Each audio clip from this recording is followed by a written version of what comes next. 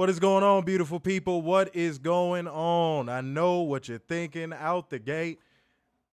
What happened to the jar of mayonnaise that fell from the top of the skyscraper? And yeah, it was an accident that happened.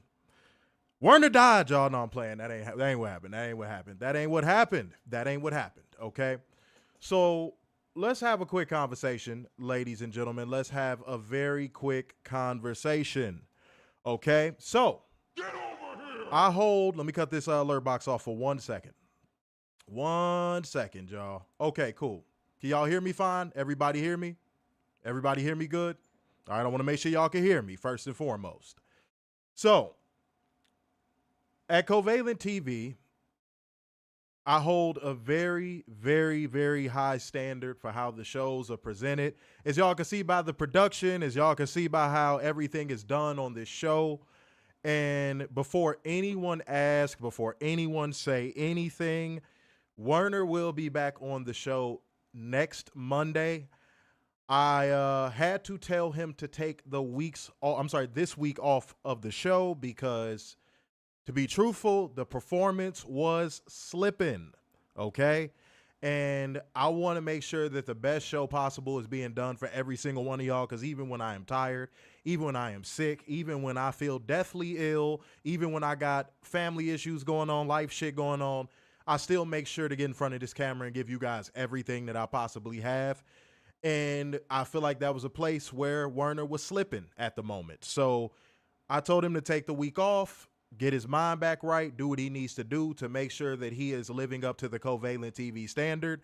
And that is what it is. So if anyone else comes in here and asks about it, then in which case I'm going to leave that to the truth seekers to tell that person who's asking what is going on, because I am not going to repeat this all week. So again, anyone who is in here, it will be your job and your obligation to tell people the explanation, because I am not repeating this explanation, okay? So I just wanted to get that out there before anybody asks any stupid ass shit. Okay, I ain't got no beef with him. It ain't nothing where it's like, oh, we gon' scrap when we see each other. It's just his performances have to get up to the Covalent TV bar, and I'm giving him a chance to get some act right. Basically, I can say that as respectfully as I possibly can, because we've all seen him at the top of his game. But yeah. Y'all know, man. Y'all know what's going on. But that's all I got on that. Now, I know what y'all came here for. It's Monday. I'm not fucking stupid. This is a show that will never be on the top of his game. So that means welcome to your WWE Monday Night Raw live review. It is your boy, Mr. Starks, in the building tonight. And don't worry, all week I will be taking care of y'all. And you know what? I am deeming this week True Seekers Appreciation Week, goddammit. I'm deeming it. Deeming it. Bang, bang. Everybody bang, put deeming bang. it in the comment section for me one time for the fun time. I need that from y'all real quick, fast, and in a hurry. Okay? Now, what does that mean? What does that mean? So I am going to be doing the news, and I'm going to be doing all of the usual little fixings that you guys like about the show and all that stuff. But you know what? I'm going to do a news story, and I'm going to let y'all pick one news story that y'all want me to talk about. So, you know what I'm saying? I'm going to look at a few comments, but here's the catch. You have to be in the top 3. And I'm going to pick one out of the top 3 that I like the most. And what am I talking about with the top 3? If you are new here, it is a leaderboard on YouTube. They introduced it not that long ago. So if you are in that top 3 and you put in a news story you want me to talk about, I will look at all of them and see which one I will select. You know what I'm saying? I want to make sure that y'all are being as involved in the show as possible this week specifically. So shouts out to everybody in the building right now, man. Much love, man. Deeming it. All right. All right. Cool, man. I am in the building, man. I am ready to go. But before I do anything else, man, like gang, comment gang, share gang, financial lubricant gang, come on through. Pay for financial KY. Talk to me, ladies and gentlemen. Talk to me. I need it. I need the energy. I need the love. I'm going to really need it all week, y'all. I'm going to need it all week. All right? So make it happen. Yes, loot the Cash App, all that. All of that. Absolutely. I need all of that. Okay? Yes, indeed. Absolutely. That is what I am talking about, beautiful people. Let's get that shit rocking. Hell yeah. I see the thumbs up. Keep them thumbs up going. Yeah. Yeah. That's what I'm talking about. Now, I'm going to bring you beautiful people the news. I'm definitely going to hold one special accountable. Y'all know that I'm going to bring the show within the show because that is what I do, baby. That is just what I do. It won't be a drop off. I'm too damn good. Oh, man. Y'all love me anyway. I don't care. I'm handsome. I can't help it. Okay? Fuego said, Five Schmackaroo said a leaderboard hour. We going to talk about, hold on. Let me get my news story out the way first. Guys, it's time to get into 10 news. All right. So this was one that I could not even remotely consider myself passing up because the moment I saw it cross my desk, I said, man, I can't wait to talk to the truth seekers about this one. So, it was reported that WWE has a yet-to-be-announced plea. I still hate that fucking term. Plea that is set to occur on Saturday, September 20th in Indianapolis, Indiana. Not Indiana, but Indiana. The date aligns with AEW's All-Out pay-per-view, which is slated to be held at the Scotiabank Arena in Toronto. This marks the first occasion where a WWE main roster plea will be broadcast on the same day as an AEW pay-per-view. See, pay-per-view sounds grown. I like pay-per-view. Fuck a plea. Who cares about a plea? But the start time for the WWE event has not yet been confirmed. Here we go again, ladies and gentlemen. Here we go again. Life's a dream, but it's never what it seems. Oh, here we go again. Now, the media cannot be this dumb. For them to say it's a yet to be announced and the time isn't, hasn't been disclosed as of yet, that's for a very obvious reason. They're going to try to figure out every which possible way that they could screw AEW out of viewership. So they're not going to announce the time of that show until the very last minute. And the fact that they're running it in Indianapolis just shows desperation, because what other reason would you have to run a show in Indianapolis on the same day as an AEW pay-per-view? Let's be serious. I'm not dissing my Indianapolis people or Indiana people. Shouts out to y'all, man. But come on, WWE, really, to please in Indianapolis in the same year? Are you that desperate to counter-program AEW? I know the answer is yes. Don't get me wrong. I know the answer is yes. I know this. But let's go to a couple of things that I want to discuss when it comes to this. This is a declaration. To me, this is a final declaration that WWE views AEW as competition. Okay? Let's just put that out there right now. I feel like this is the final declaration of them going, we view AEW as competition. Their fans cannot finagle their way, sign language their way. For all the new people watching, that is shame, insults, guilt, and the need to be right. They can't do anything to dispel this current situation because everyone can see through the WWE veil of stupidity. Okay? And the next thing, WWE, you have also made it very clear that in the process of counter-programming AEW, your intent is not to counter-program them with a better program. It's just to counter-program them with any program. Not even a good one. Let's just counter-program them for the sake of counter-programming them. I always say, if you're going to do something, at least give it your all. You know what I'm saying? I've always been that person. If you're going to do something, give it everything that you fucking got. I don't care what it is. You learning how to paint, try it naked the first time. Get naked. I don't care.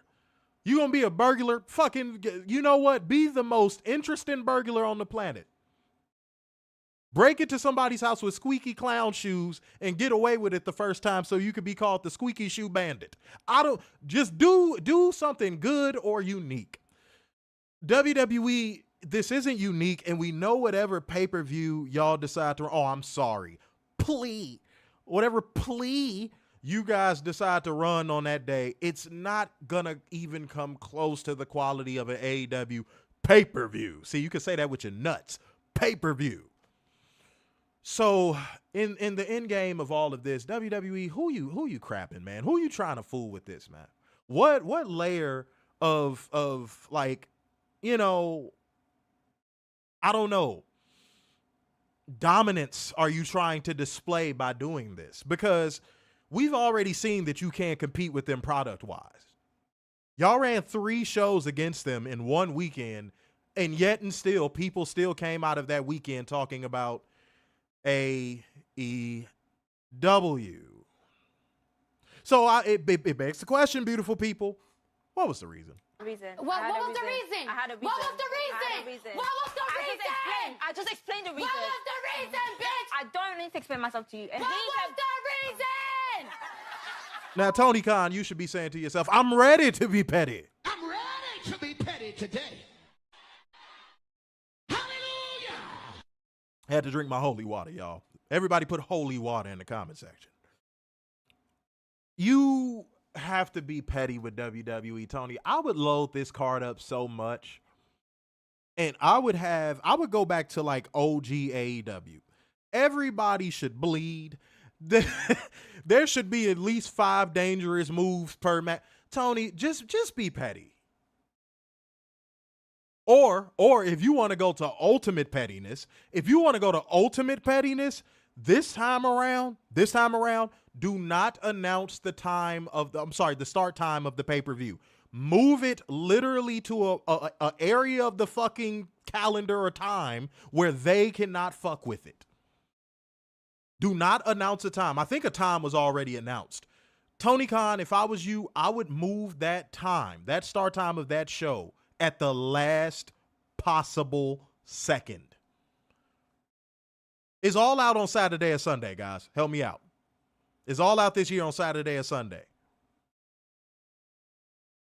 This is what's going to really dictate it for me. Is it on Saturday or Sunday? The Lord's Day. Sunday. Okay, cool. Sunday. Come to the Metroplex. But no, Sunday. Dude, I would not announce that shit until goddamn Saturday at midnight. Literally going into Sunday. Like, literally 11:59. You should be like, boop, just have your PR boop. Because I doubt WWE. I know how WWE is. I doubt at that point WWE would move their start time. I think if you wait until that exact point, they would, I'm telling you, they will not move their start time. WWE does not like being the first to budge. I'm telling you, Tony, it's time to petty. I need you to be petty. I'm ready to be petty. I'm ready to be petty today. Hallelujah. But yeah, Tony, if you want to send WWE to Ultimate, fuck you. It's not that hard. Now, I know you don't want to stoop to their level and this, that, and the third, but man, you got to send some type of fuck off signal. Ladies and gentlemen, a few of y'all should know what a fuck off signal is. You know, somebody getting on your goddamn nerves and you just hit them with either a grunt or a look or just something. We all have our unique fuck off signals. Tony, you got to hit them with a fuck off signal. You have to. Otherwise, they're going to keep bullying you, bro. Like, that's how disrespect works. If you let somebody just keep getting away with disrespect, they're going to keep trying at it. They're going to keep disrespecting you, sir. Okay? So you gotta do something different, man. You gotta do something different, brother. Respectfully. Okay, so now people are saying it's Saturday. Who said something? Matthew Shelton, you're fucking up. Fucking up the stream, Matthew Shelton. Damn it. Saturday. Yeah, I would wait until midnight Friday then if that's the case. I'm one of those weird people. I say midnight Friday even though it's technically Saturday. I'm one of those weird people. But yes, y'all know what I mean. I would just wait.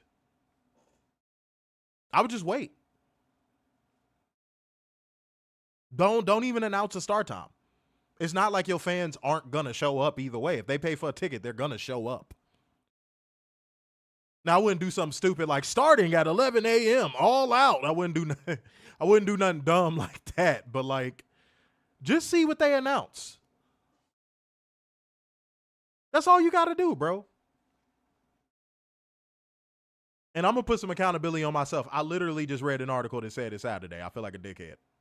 Wait, no, it don't say Saturday. Oh, wait, yeah, it does. Okay, so my apologies, all right? But much love to everybody in the room, man. Like gang, comment gang, share gang, donation gang. Let me scroll back up to Fuego's John real quick. He said, a leaderboard I run. You got thoughts on WWE TKO trying to push pay-per-views as a dated concept? How long till content flood bites him in the butt?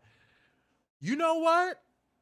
I'm actually going to roll with that one. That is going to be the first question and news story that is answered in Truth Seeker Appreciation Week.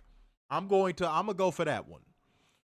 So the content flood is going to hurt them the moment that people realize how much they have to pay for the content flood. Does that make sense? The moment people start looking at their bank accounts at the end of the month and seeing what they're spending on WWE content on a monthly basis in 2026, that's when reality is going to set in. When they realize that they're paying 4 to 4 or 5 streaming platforms just to keep up with, wrestling and their favorite content, that's when it's going to happen. And I said this before, WWE fans generally are not fans of other sports. They're only fans of WWE. You want to know how I know this? You have one of WWE's biggest poster boys in fuckboy buckethead John Cena telling you, I'm not a wrestling fan, I'm a WWE fan. Which only confirms something I've always known about John Cena, so it doesn't surprise me to any degree. John Cena does not love the business. I've always said that about John Cena. John Cena does not love the business. He loves the business that pays him, which is WWE. And it's a very clear and distinct difference there. John Cena has never loved the business. He's never loved your kids that wear the merch. He's never loved those Make-A-Wish kids. This confirmed every single thing I've ever said about this man as a human being. He does not love the business. He loves what the business gives to him, but he does not love the business. I don't know what it would have. I like at this point, after hearing him say that, I don't know what it's going to take for a Cena fan to drop off. I really don't. He just basically said, I don't really care to be a wrestler. I don't really care to be entertaining at this craft or learn within the realms of wrestling. I just care that I am a WWE guy. I am beholden to the WWE logo and my WWE overlords. He finally admitted it. And you want to know the only reason why he admitted it? Because I've been saying this since 2011. You want to know the only reason why he admitted it? Because his career is ending. There's a sunset coming on his career. John Cena is about to start showing his true colors even more. All the people that got told, oh, they were crazy. Oh, he doesn't make a wish. He sells merch. He's good to his fans. To all those people that got told, all that stuff that I just said. To all those people that said John Cena is a fake ass, non-wrestling, bumping on his ass, selfish, talent burying dickhead. You got told all those things. Guess what? If you are one of those people that tried to tell people about John Cena, prepare to be vindicated. Your vindication tour starts now. Because, boy, when he said that, I said, yep, peel those. Ooh, John, peel those layers back. Show us the real you, motherfucker. Show us the real you. Please show us the real you. I've been waiting for this. Because this is who I've always known him to be. I was never fooled by the 5 merchandise shuffle in the stew. Are you ready? Yeah. Oh, look. John Cena's done the most Make-A-Wishes of any. I never fell for it. I hustle, loyalty, respect. Who is he? Who has he had to? Bro, what has John Cena had to hustle for? Who is he loyal to? Why does he deserve respect? Even his mantra makes no fucking sense. How can you have hustle in a predetermined sport? Oh, well, he would travel to all of the TV dates. He was doing things that talent weren't doing. This is what you were told. Oh, he does all the things the other talents refuse to do. How would you know they were refusing to do it? They never got assigned. That's what they would always say. Oh, Cena does all the TV dates and the house shows and the things that these other wrestlers don't want to do. That's why he stays on top. These other wrestlers weren't invited.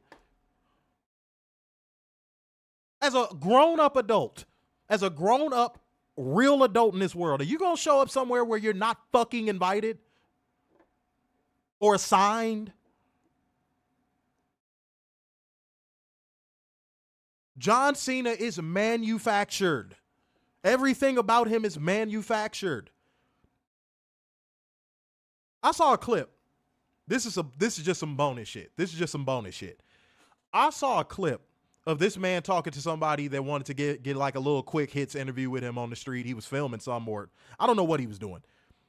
This dude talks like a corporate robot. He is so corporately trained that literally I don't think this dude could have a genuine word to come out of his mouth. Why do you think he married a corporate woman? Go look at what his wife does. Go do it right now. Go do it. Do your homework right now. Go look and see what his wife does. Go look and see what his current wife does. It does not shock me that John Cena married a corporate woman at all. At all. That's the only language he speaks.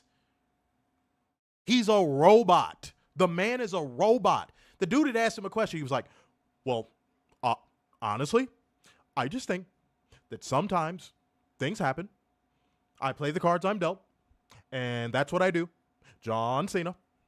And I'm like, listen to this dickhead. Listen to this buckethead imbecile. So yeah, John, please keep peeling these layers back on who you really are. Please vindicate people like me. Please. Because we got called everything but a child of God when we called you out for what you are. I have never liked John Cena. Ever. Everything about him is borrowed. He got the "you can't see me" thing from Tupac and the hand gesture from Tony Yayo of G Unit. Everything about this man is manufactured. Everything. And I'm going to say this as allegedly because I don't want nobody suing me. Allegedly. Dude, allegedly. Man, look. You could tell Stephanie McMahon had a thing for John Cena. Can we just be real? Allegedly. I'm going to say allegedly again. Can we just be real? I just think Stephanie had a thing for John Cena. I do. Allegedly. But like, no, man, you can't pull the wool over my eyes. John Cena has never, and I mean ever, been able to pull the wool over my eyes. But to spin the block on the original point, ladies and gentlemen, WWE, I've been saying this all year. WWE is playing a dangerous game. That's what I told you, Marlo. Hold on, let me cut the alert box back on. Sorry about that, guys. I forgot. God damn, my bad, y'all. Let me play Marlo's John real quick. My bad. I completely forgot. I'm leaving here with something. There we go. Yeah. I mean, I'm from around the way. I'm leaving with something. Bro, she is as corporate as it gets, homie. That did not shock me at all. I swear. When I saw you, I was like, there it is, bro. I said, there it is. There it is. But you said, yeah, man, dude, I'm telling you.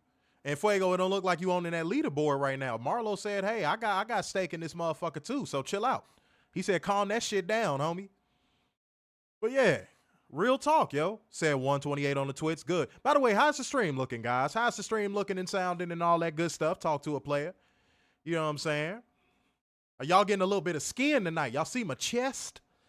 You know what I'm saying? I'm in shape, y'all. I'm in shape. I'm getting to a even better point than I've ever been.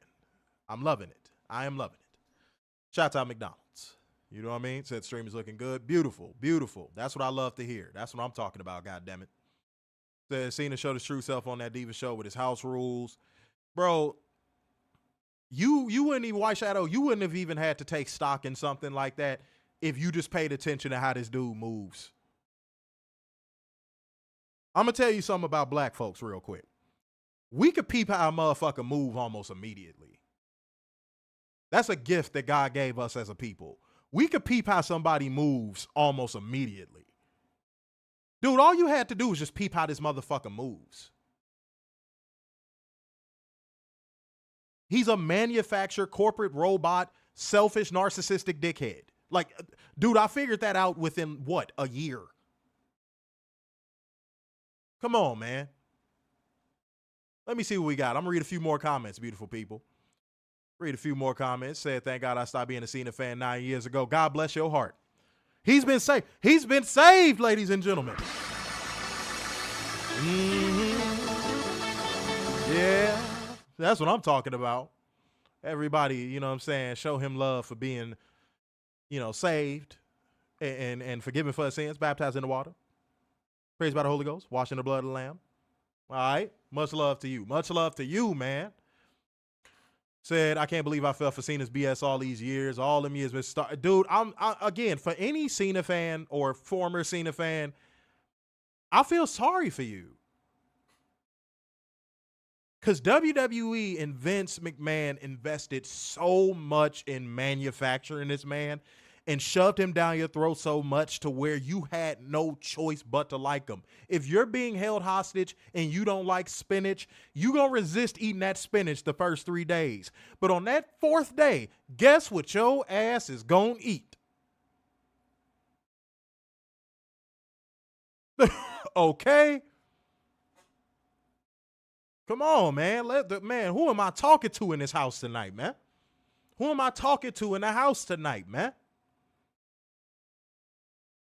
Straight up. Says Cena's one of the biggest cons in the business. Yeah, now he's peeling the layers back. Now he's peeling the layers back. You thought that Cena's best years was 2010? You mean when he buried Bray Wyatt literally at Payback? Or was that 11? Was that 11? But 20. Oh, Xavier, you were in too deep, bro. Jesus. What the hell? Oh my God, no way. You were in way too deep. 2014. God, what was my brain at? You were in too deep.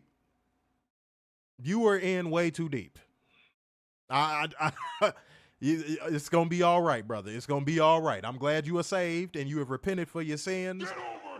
But homie, 2010 John Cena? Dude, that was like the peak god-awful John Cena portion of his run. I don't know why I thought that was 2011. But yeah, that was Payback 2014.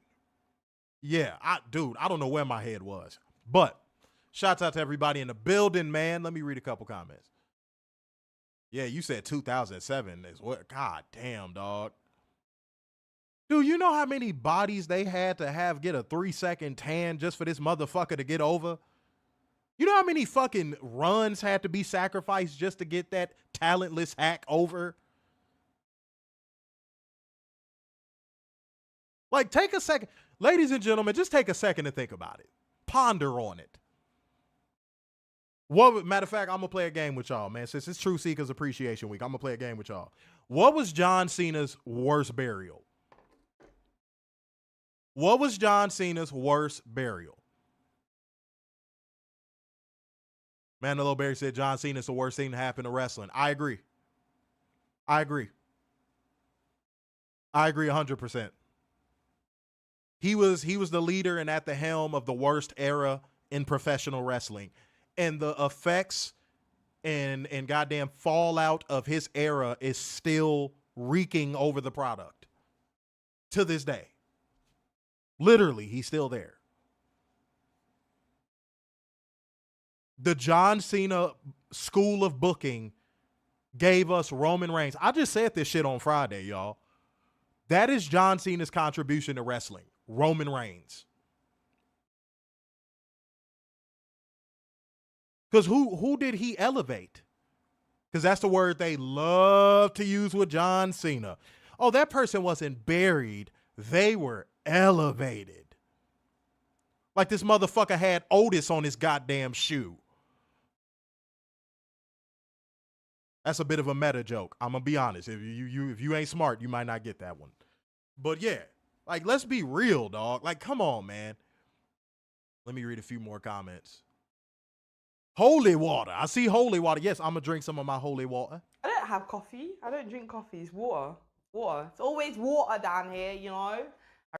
You got to drink your water. If you're not drinking your water, man, you know what I'm saying? You're going to be dehydrated, then you're going to pass out, and who knows if you're going to wake up. It's not my responsibility. Help! Diana Ross, help! All right. Let me see what we got. The Bosch, I ain't gonna hold you. Who cares what pay-per-view is gonna be? Said bad, it'll be bad blood. Who cares, man? Who cares? But you said AEW's pay-per-view is always on point. WWE knows that now. And you said, Fuego said, that's just sad. Like, stay in y'all lane. AEW is so unbothered by them anymore. But they're trying to bother them so much, yo.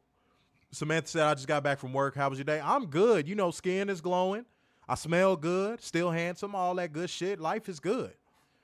Unless you're Malcolm. Then in which case, life is unfair. Sorry, y'all. Everybody pray for Malcolm. Not for what's your Waffle House order, Malcolm, but, you know, the one that's in the middle, you know, that whole thing. So I just seen the promo where Cena made Roman take it like a bitch because Roman wasn't prepared to go on the mic. See, but he did that because he knew that was his creation. You want to know how I knew? I know he knew that was his creation. Ladies and gentlemen, a line in that very same promo, if I'm not mistaken, was, "You're a corporately created John Cena bootleg." I will never forget my immediate reaction. Guys, I was sitting in the driveway of my crib at the time, and I was watching it on my phone. And when he said that shit, I said, wow, wow, wow, wow. If that is not the prostitute calling a stripper a slut, I don't know what is. You mean like how John Cena, you're the corporately created Rock bootleg?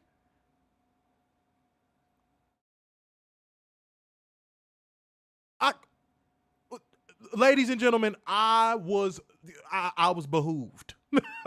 I couldn't believe. I cut my phone off and I walked in the crib. I couldn't watch the rest of the show. See, that was pre-Covalent TV. I just cut it off and I just didn't watch the rest. I told y'all, if it went about entertaining y'all and giving y'all this work and educating y'all, I wouldn't be watching no goddamn WWE. I'd be watching AEW. I wouldn't be watching no goddamn WWE. Yes, hashtag behooved. Shouts out to Sylvain for liking the stream. Oh, and if you're on Facebook, ladies and gentlemen, share the stream. Share the stream. Retweet this stream. Okay? Share the YouTube link. All of that. Put it on the TV. If you own a bar, put it on the TV. Show the necessary love to your boy, man. Absolutely. Absolutely. Said Wade Barrett thought losing to Cena was a joke. Well, you know. Said the only time Cena really lost was in tag matches about Dairy Queens. Or, Mo, you missed something. Oh, he had some type of handicap. Oh, his elbow has a bursa sack. Oh, it was always a built-in excuse anytime Cena had to lose. Anytime Cena had to lose, it was a built-in fucking excuse. Every single time. Straight up. Said, I was like, this is Cena talking to himself in the mirror. No, when he said that line to Roman, I said, are you joking?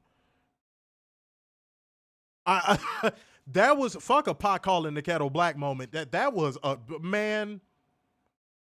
That was a 747 calling another 747 a boat.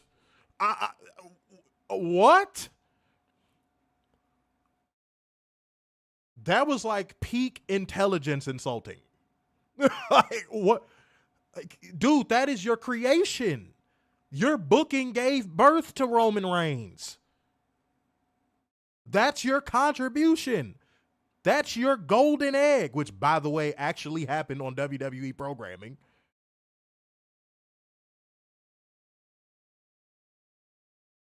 How dare you?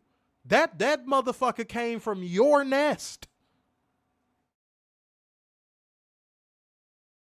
And the only thing that came from your nest, might I add. So yeah, y'all would have hated me because I had John Cena's book bag for school, and oh God, oh man, the heathen, blasphemer.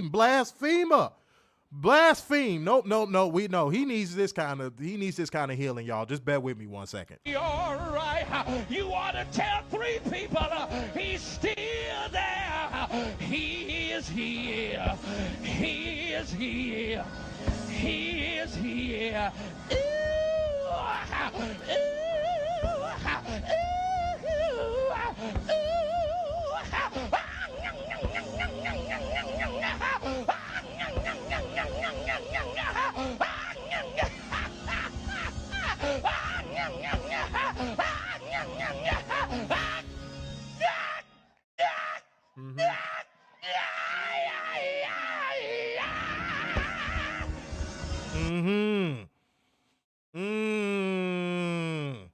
Xavier, you needed that, brother.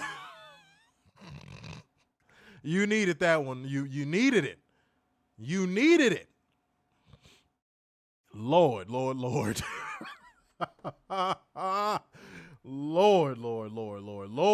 Okay. Damn. Said his worst burial was Alex Riley. He's like, I'm inclined to actually agree with that. There are people that actually say Alex Riley is like psychologically damaged from that in real life. Look it up if you don't believe me. Look it up if you don't believe me. There's dead ass people that say Alex Riley is like actually psychologically damaged from what Cena did to him. Like, I don't know how bad it was backstage, but holy fucking shit. You know how bad it had to be for this dude to be like psychologically fucked up because of that? That dude probably lost all his confidence, his self-esteem, everything. You know Cena, because Cena's such a snarky bastard. Like, if you never noticed that about him, he's such a fucking smart ass. I can only imagine the type of stuff Cena was saying to him. So, yeah. Alex Riley is probably the worst to me because when I found that out, I said, damn. That Cena burying the Nexus. Says Cena buried everyone that started building steam. See, you remember. That's exactly what it was. If you caught any momentum, you could expect to hear doo doo doo doo. I mean, even if you were a woman, if you caught any momentum whatsoever, you could expect to hear that damn music. And he was going to come leech off of your popularity. It was rough. Shouts out to all the German shepherds out there. That shit was rough. God damn it. Oh, my Lord. Said also he buried Damien Sandow. And man, he worked really hard on that burial because Sandow was over as fuck. He worked extremely hard on that burial. Facts. See what we got. Said I remember Cena began to bury talents when Cena squashed Carlito in 2004. See, you remember the origins of it. You saw little traces of it early. You knew he was the chosen one after Batista. Like when Batista left, you were like, oh, damn it. That was when you knew. After Batista left, you knew. You was like, oh, damn. Vince is going all in on Cena. Shit. Straight up. Said he's WWE's version of Drake. Boy, both of them are fucking cornballs with no culture whatsoever. But yes, I agree. But shouts out to everybody in here, man. We sitting at 34 likes. That's what I'm talking about, goddammit. Appreciate y'all, man. Like gang, comment gang, share gang, financial lubricant gang. But guys, it is time for me to move on to the next portion of the show.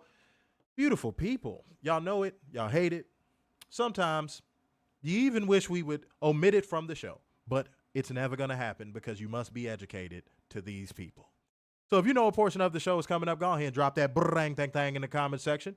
But even if you decide you're not going to because you hate me, which I'm fine with, I'm going to tell your hating ass anyway. It is time for me to hold one special. Dumbass. Accountable. It is time for me to get into drone accountability. Let go. All right. Oh, shit. Scorpion. Shit. All right. Thank you, Natalie Palmer. Appreciate you following, beloved. Thank you. So, context tweet. I posted this. AEW's pay-per-views are always top-notch. No plea will come close. The constant counter-programming is corny as hell, but when the quality is there, it just makes the other company look dumb. To which screen name Rat Rug Hachi had this to say. Man's not watching NXT then. Psh. Plus, Evolution definitely tops most, if not all AEW pay-per-views.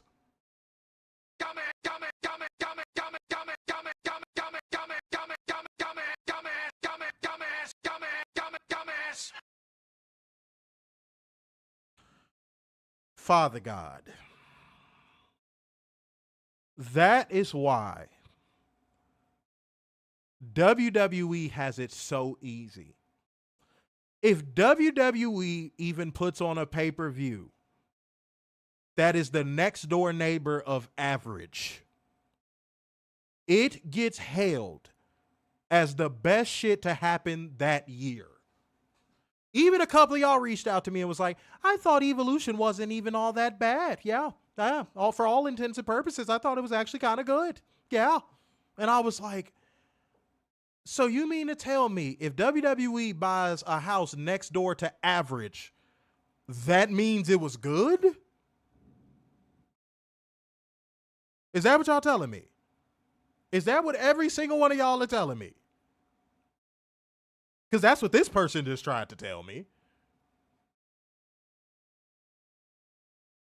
I'm not even going to ask, is the bar that low, because the answer is yes. But is that what y'all going to tell me? Okay, if it was as good as this person made it out to be, how many of y'all went back and rewatched it? The same people that hit me up and said, oh, well, for all intents and purposes, I thought it was all right. How many times have you gone back and watched it? Oops.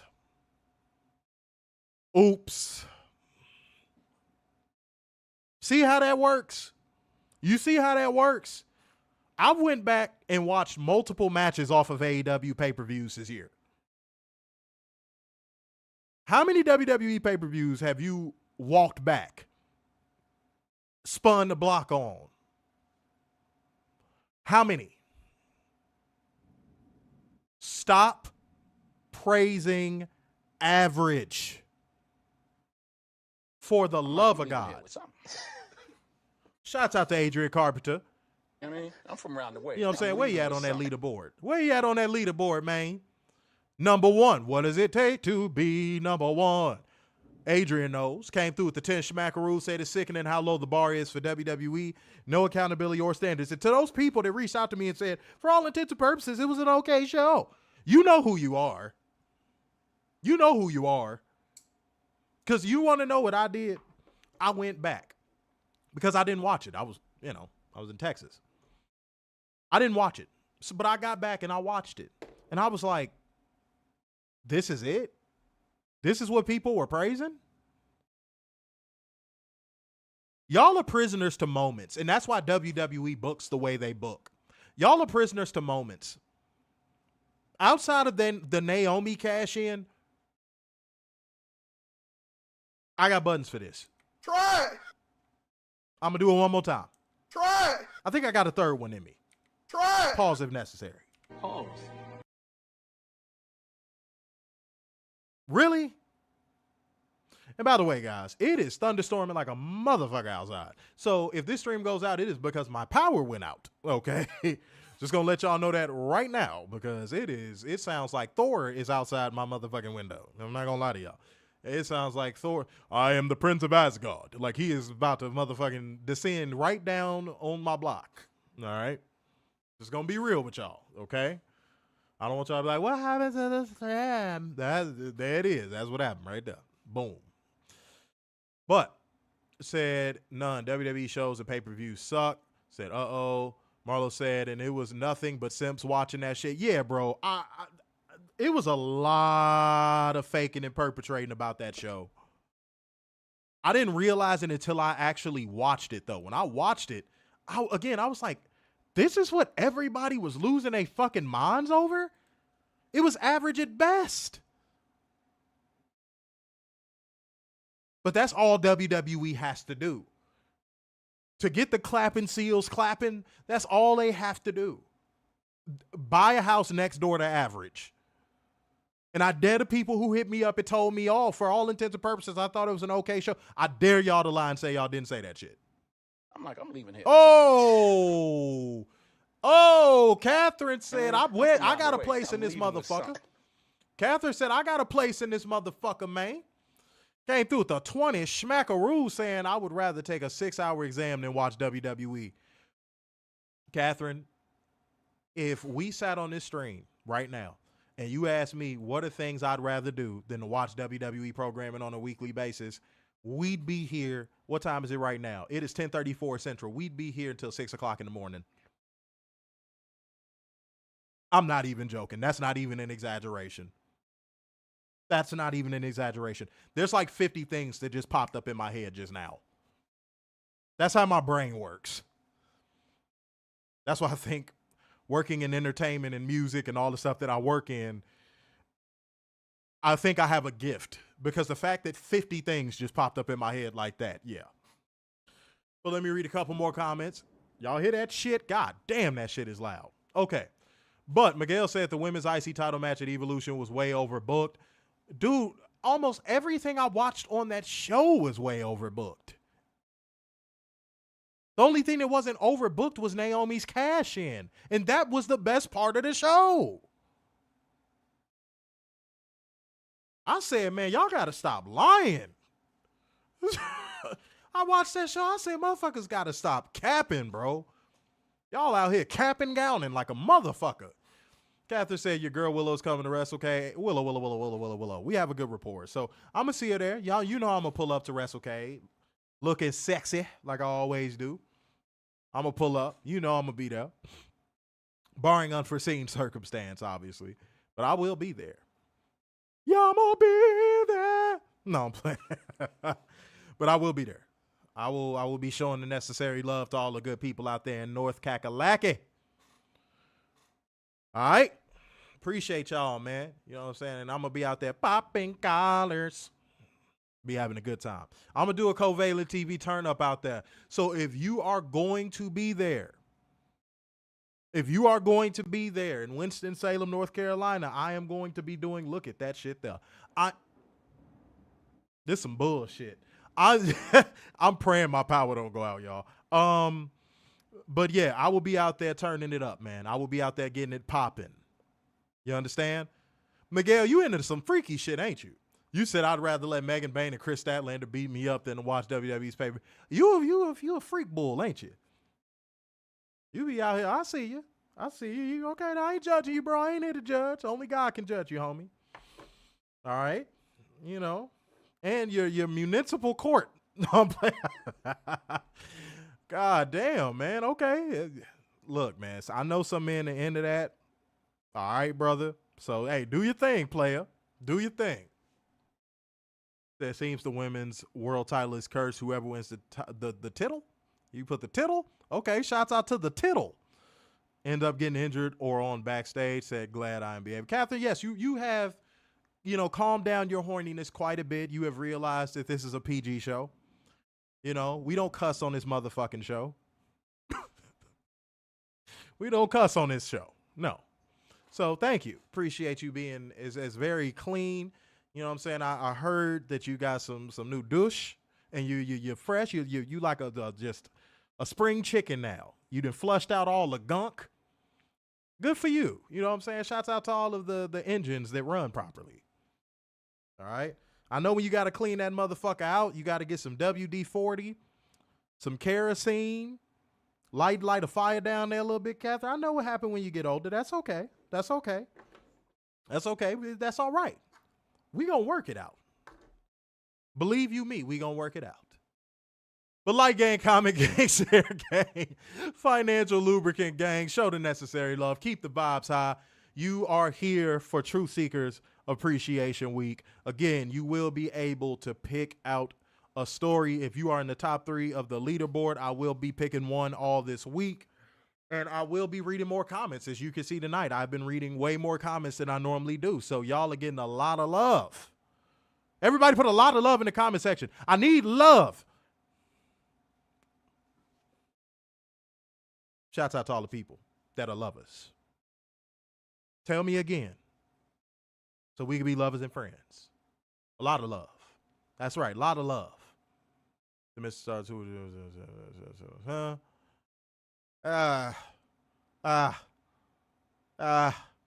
in WWE, any woman that is at the top of the division and has been there for longer than 10 years now, I think that answers your question.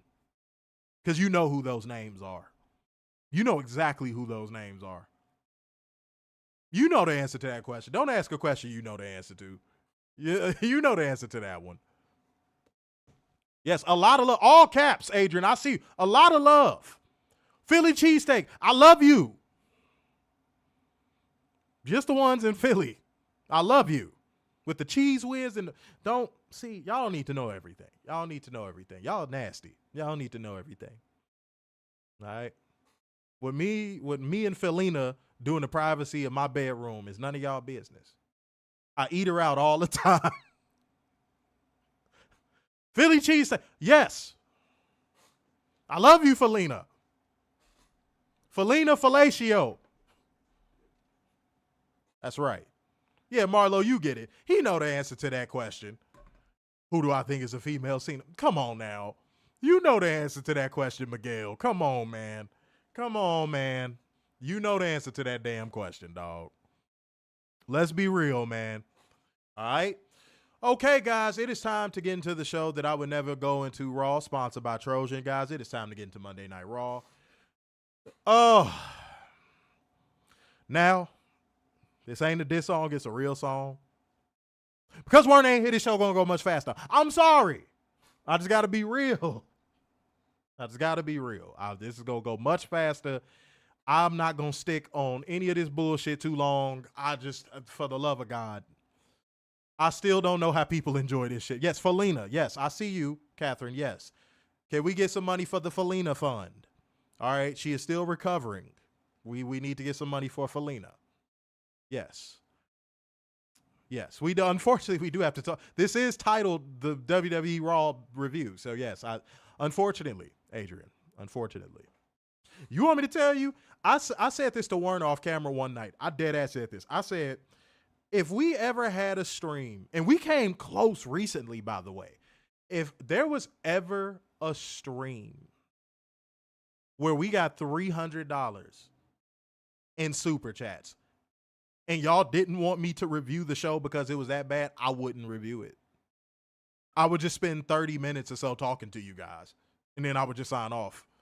I dead ass said that to him. I said that one. I said, if we ever were to get 300 in super chats, I promise to God, we would not talk about, I would stop talking about Raw. I would say nothing about Raw, and we would just talk about whatever y'all want to talk about. That still stands. Y'all came close recently. Y'all came mad close to that recently.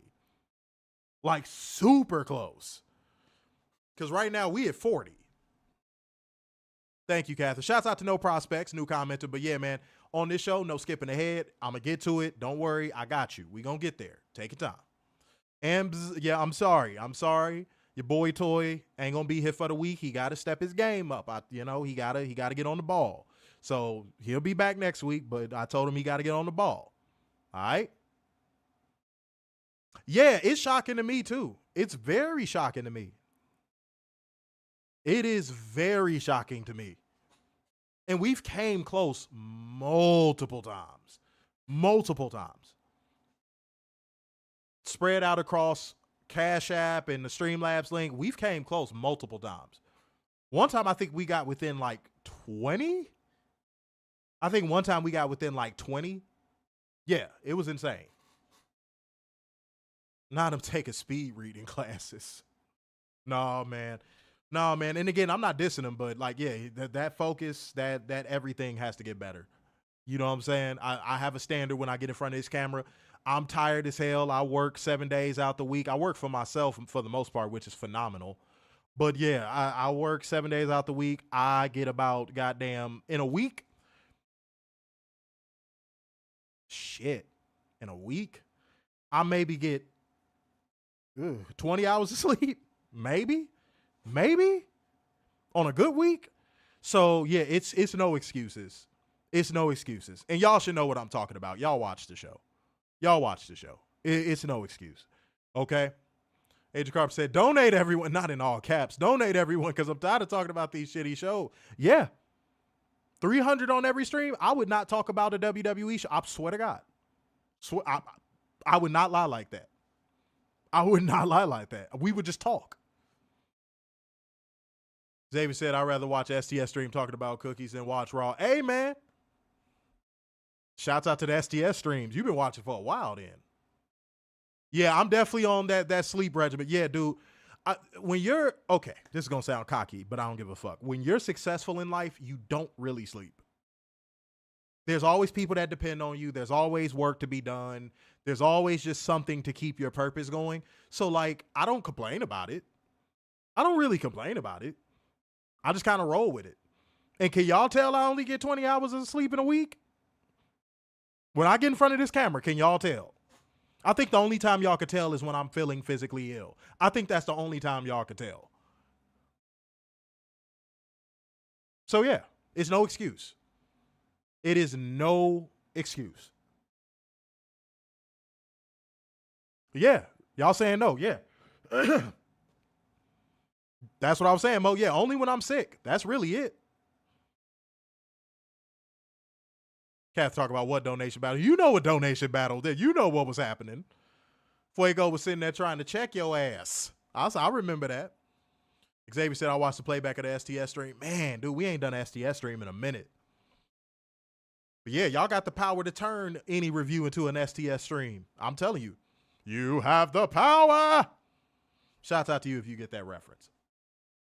All right, but until that happens, we got to get into Monday Night Raw. Financial lubricant, come through. Shobes with a recap of last week's business with The Vision. They had all this time to come up with the name for this damn faction. And the best they could come up with is a name that sounds like a goddamn fancy glasses store. I got my Burberry shades from The Vision. That was the best they. How creatively bankrupt do you have to have weeks to come up with a name for a faction? And the best you could come up with is the damn Vision. Reason. What was the reason? I had a reason. What was the reason? What was the reason? I just explained the reason. What was the reason, bitch? I don't need to explain myself to you. And What was the reason? Ain't no way on God's green earth you could tell me this shit is good. Ain't no way on God's green earth you could tell me this shit is good.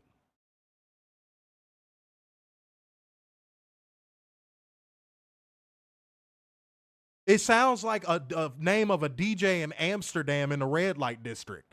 Like The Vision. That weeks, guys, weeks to come up with something original. Weeks. And the best they had was The Vision.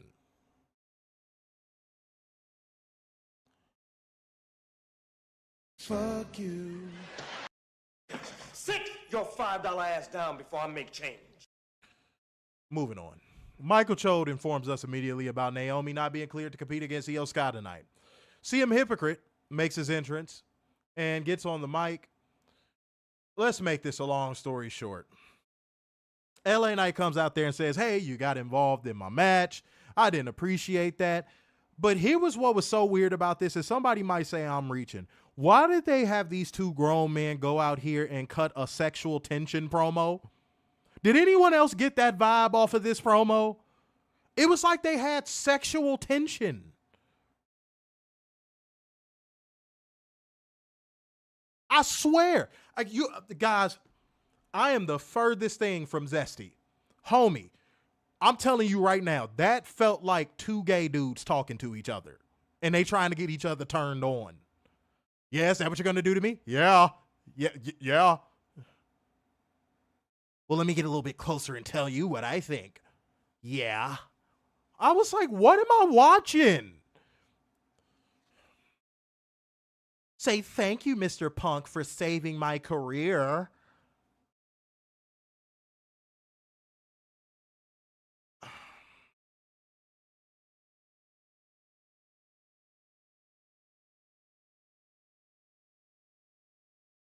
Okay. But y'all, here's the part that stood out to me the most. I'm actually going to talk about this part. It got to a point where it was like, bottom line, LA Knight wants his rematch first, and then Punk should get his rematch. CM Hypocrite says he thinks he should get his perspective. I'm sorry, he thinks he gets his perspective, but he thinks the words LA was looking for was, thank you, Mr. Punk, for saving my career. Does he think he was just going to pop back up after Seth stomped his head into the concrete? And Punk is a former champion, and that means he's the number one contender. And Los Angeles Knight can get to the back of the line if he wants to talk about lines. LA Knight says it's not thank before you. He was trying to say fuck you, basically. Fuck you. He wants to say, if you get what he's saying, and says, yeah, Punk had the title, but Knight's been waiting for the title, and that means he should go first. That makes no sense.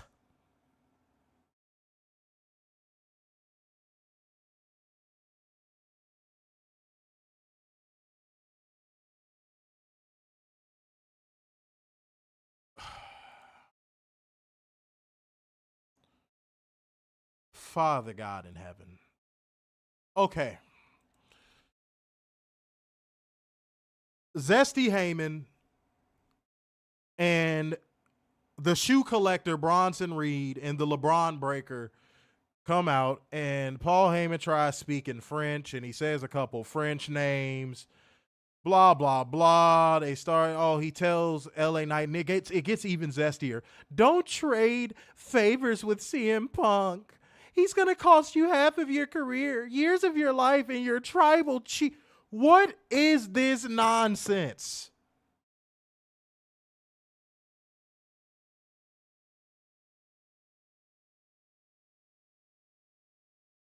What is this nonsense?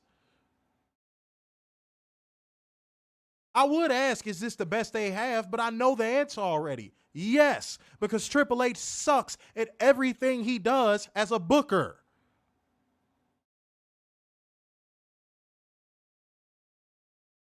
Just middle-aged man babble. You want to know what the highlight of all this was, ladies and gentlemen? Was the Bron Breakker saying, you're 47 and you're 40. Your combined age is 100. I'll kick your ass.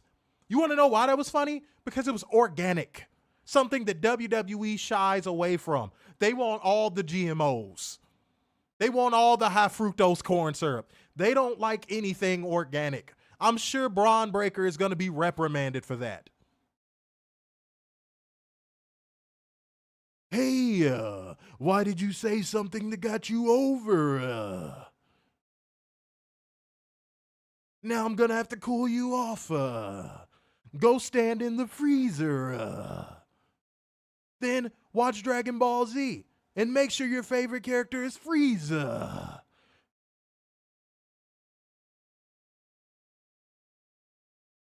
Gutter trash. Trash.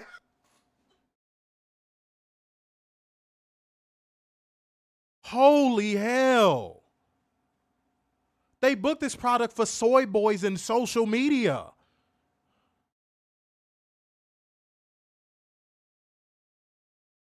He's going to cost you everything. Your tribal chief years off of your life. Can somebody chop him in his fucking double chin? If I never have to hear another Paul Heyman robotic ass run of the mill promo with side chick energy ever again, it would be a happy day. By the way, I want to address this real quick. I meant to address this at the beginning. But you know what? It's my show. I can put this anywhere I feel like it. There's no pause on that one. For a person in this community that also does, you know, the visual podcasting that's a little bit amplified, and it's sad because I gave you your propers too, bro. Don't steal my shit. I saw you say Motor City Super Soakers. I know what you're thinking. Because you have bigger viewership than this show and we're a little bit smaller than you, you could steal it and no one, you'll Columbus it and no one will notice. I know you watched the show. You called the Motor City Machine Guns the Motor City Super Soakers. I wonder where you got that from. Amplified. I wonder where you got that from. So if you're watching the show, which I'm sure you are, looking for other stuff to write down in your notepad to fucking take down, steal from somebody else. Don't steal from me, homie. Because you don't even have the charisma to pull it off. You could drink all the coffee and fucking slap your goddamn bicep all you want. And it's sad because I did give you your propers, homie. I did. But I will never, ever in my life approve of plagiarism. Come up with your own shit. If you're not creative enough to come up with your own shit, bitch ass. And I'm in New York all the time. So if you got a problem with me, if you have a problem with me, sir, I'm in New York all the time. All the time. Let's link up. That's if you don't have a heart attack from drinking all that damn coffee first. But don't steal my shit, dog. Don't watch smaller podcasts to see what you can steal, Columbus. Don't do that. Don't come and gentrify Covalent TV because I'm going to call you out, homie. I'll call anybody out. I don't care how big they following is. I'll call anyone out. Anyone. You're not the best on that microphone. You're not the best in front of a camera. I don't give a damn about your unit. Dude, I gave you propers, but we not finna do that, dog. This is my first and last warning. This is my first and last warning. Because the last thing you want is smoke with me because, sir, I will show you behind this mic that is more to it than just yelling you're amplified. Yeah, I'm the amplified. I'm the amplified man. Yeah.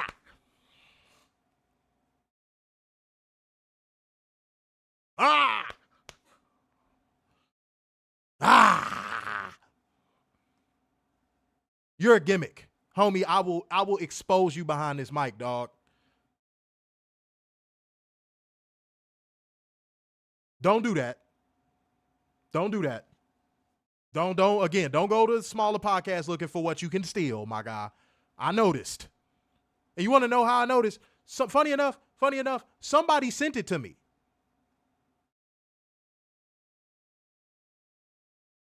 So maybe our community ain't that small after all, because somebody sent it to me. Don't do that shit, dude. I would like to think you're better than that. Again, first and last warning, bitch ass. And yes, I'm calling you a bitch ass because anybody that steals from smaller podcasts thinking no one will notice, you're a bitch. First and last. Otherwise, you could come see me about my IP, homie. Respectfully. All right? I'm going to have another cup of coffee. Ah! Fuck out of here, corny ass. Corny ass. I don't even know how you have a following. You corny bitch. Damn. This is why I told y'all. This is why when I started Covalent TV, I stopped watching every other podcast. I did not watch podcasts. Because I realized how shitty they are in comparison. Fucking corn billion. Get the fuck out of here. Straight up. I know what kid you were in school. You was the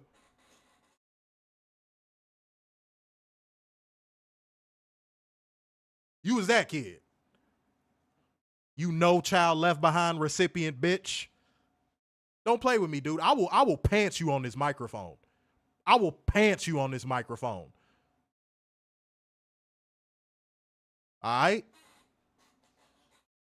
I bet he watching this shit right now like, whoa. For the record, I didn't. He gonna lie too. For the record, I had never seen the show. I don't even know what he's talking about. He's gonna lie. Because that's what bigger content creators do when they get caught stealing from somebody. Oh, I never watched the show before. I never seen it. I don't know what this guy's talking about. Bring it on, homie. Because I hear your wordplay. I know your cadence, homie. You're not creative enough to come up with Motor City Super Soakers. I know that. So cut that shit out. Let me fix my green screen. Much love to everybody in the building, man. Like gang, comment gang, share gang, and financial lubricant gang. We appreciate every single one of y'all in the house tonight. If y'all in here, drop a fire emoji for your boy, man. Drop a fire emoji for your boy. Ambs said he know who I'm talking about. That's fine. I don't care. He don't want these problems, dog. He don't want these problems. I'll take all his fans. He really thinks he's the shit. I will take all of his fans. They'll come over and watch me and never want to watch him again. So yeah, let him talk crazy. Let him talk crazy. Nah, he don't want that. I said this when we came back from my break. I said this shit. I'm coming to take food off of all these motherfuckers' plates. Especially if you stealing from me. Oh, I'm coming to take food off your plate. For sure. I'm going to take my food back, and I'm going to take all the food you had left. Fuck you thought this was, bitch ass. All right, let's keep going. Okay, we cut to backstage to the Judgment Day Clubhouse where Dominik Mysterio brings one of the El Grande Americanos. And if I was stealing, you know what? I'm gonna keep it G. And talking strategy for a match, Finn Balor Club, pulls Dom aside and says he's good at reading the room and the rest of Judgment Day don't want Americano here. Mysterio says he's the king of luchadors and he's only using Grande to win the AAA Mega Championship at Triple Mania. Finn changes his tune and says, that's a good idea. And AJ Styles makes his interest to send us to break. We got AJ Styles and Ice Cold Dragon Lee. Well, Ice Cold AJ Styles and Ice Cold Dragon Lee, to be fair, going against Dominik Mysterio and El Grande Americano. Ladies and gentlemen, the phenomenal AJ Styles, Mr. Get Ready to Fly, battling his evil ways, the legend, the Hall of Famer, got rolled up for the 1-2-3 by El Grande Americano. I'm going to say this once. Technically, I'm going to say it once more. But I'm going to say it again, y'all. Do not sign on the dotted line. AJ signed that 1-year re-up, and immediately they got him jobbing to El Grande Americano.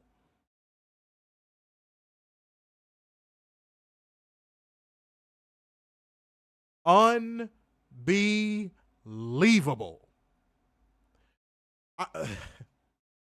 No, I take that back. Believable. I take that back. Believable. This is WWE. Believable. Diabolical work. And ladies and gentlemen, it's time to take that trip to the store that y'all love so much, man. It's time to give me a fucking knife. Yeah, let me see that pop up on someone else's show. I hate you Columbus ass motherfuckers. But yeah. AJ Styles, y'all. A person who is going to go down as one of the greatest to ever step in between the ropes in a squared circle, ladies and gentlemen. AJ Styles.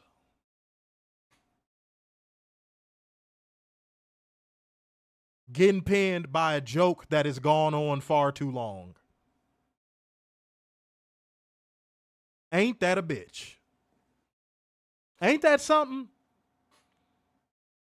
Now you want to know who people gonna blame for this? TKO. They're gonna blame all the wrong people. They're not gonna point at the person who's actually booking him. Triple H sat in a room for a production meeting and signed off on El Grande Americano is going to roll up AJ Styles. We're going to protect him. You know why? Because it's going to be a fruit roll-up. That motherfucker stole that from me too, by the way. Come to find out. Because after that person sent that to me, I ended up doing a deep dive.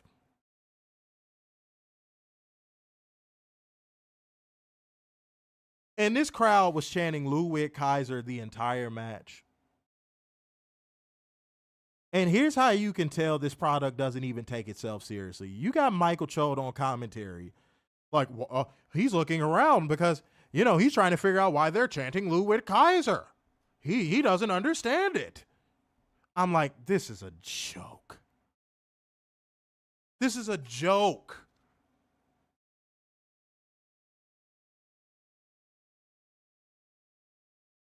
There's a song, a hip-hop song by the Clips called What Happened to That Boy. That's how I feel about AJ Styles right now. What happened to him? And if you know that song, you know the very next line that comes after it.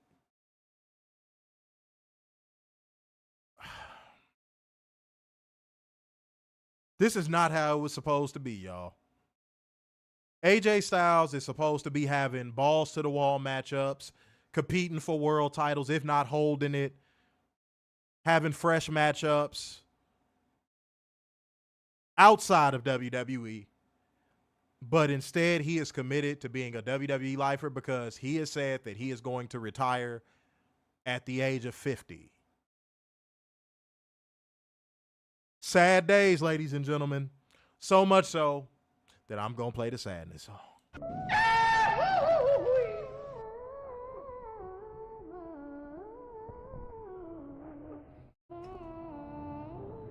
It's nasty work. It's nasty work. I'm sorry y'all had to see that. I feel like a parent that's trying to protect my child from trauma. I'm sorry y'all had to see that. All right? Look.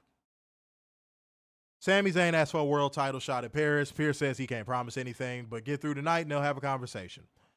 Sheamus rolls up and Adam tells him he can't have a repeat of what happened last week with Rusev. Sheamus, long story short, said that Rusev is mine after y'all match up together with Sami Zayn and Rusev. Sami Zayn makes his entrance to send us to break. He was milking that goddamn played out entrance with his home country crowd. Okay. Beth commercial, Io Sky chatting with Adam Balt about how disappointed she is not to be wrestling tonight. She ends up getting a match with fucking Roxanne Perez. Let's make that a long story short. Rusev versus Sami Zayn. Sami Zayn won by Dairy Queen, which you also stole from me and I found out on a deep dive.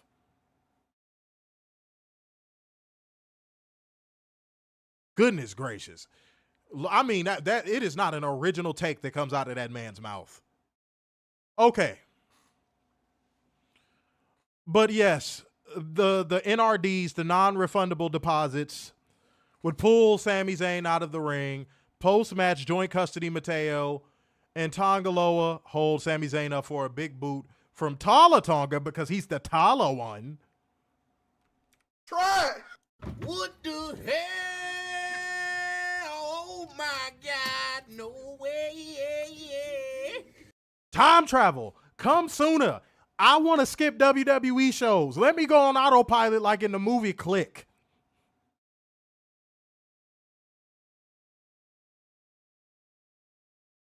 And Adam Pearce comes down with a gaggle. Yes, I said gaggle. Fuck you. Of security to break it up. Oh my God. Then Sheamus brawls with Rusev. They brawl into the crowd. They love each other, no pause. Then we cut over to Sami Zayn recovering while Sean Daivari keeps his eye on him and we go to break. Bruh. Fuck you. Okay. Oh, man. Oh, man. Okay. Since it is True Seekers Appreciation Week,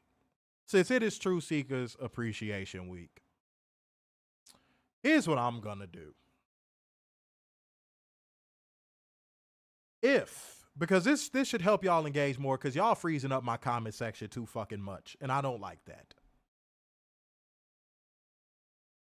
If you want me to escape something, what, it's how many people in here across all platforms? I don't know, probably like close to 300 across all platforms right now. It needs to be at least, and it can't be from the same person, it needs to be at least 10 garbage emojis in the comment section, and it can't all be from the same person. Because y'all freezing the comment section up, and I do not appreciate that. Okay? But back from commercial, we get a recap of what we just saw. Okay. Solo Sikoa and the NRDs, the non-refundable deposits, are being escorted out of the arena by security. Everybody put security in the comment section. While Adam Pearce is on the phone with Nick Aldis to get mad at him. Then the referee rolls up to say he's got Sheamus and Rusev under control. And Adam Bald asks if he's got it like he did last week. It tells him to go stay on them. Then the New Day. Oh, I'm sorry, y'all. The New Day and Grayson. Damn, I fucked up again. And Grayson Waller arrived to complain about Penta throwing Xavier Woods' hat. And Adam Bald reacts by giving Xavier Woods a match against Penta next week.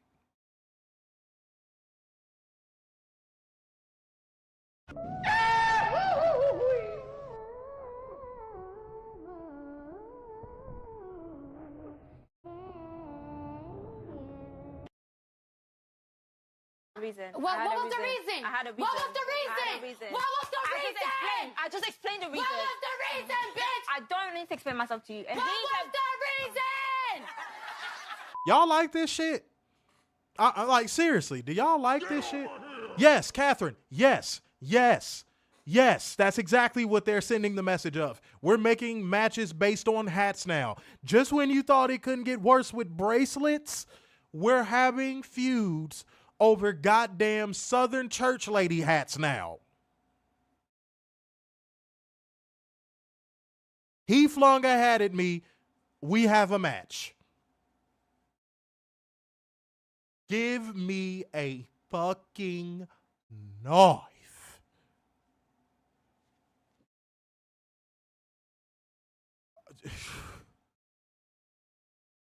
Brother, no, this shit is rough.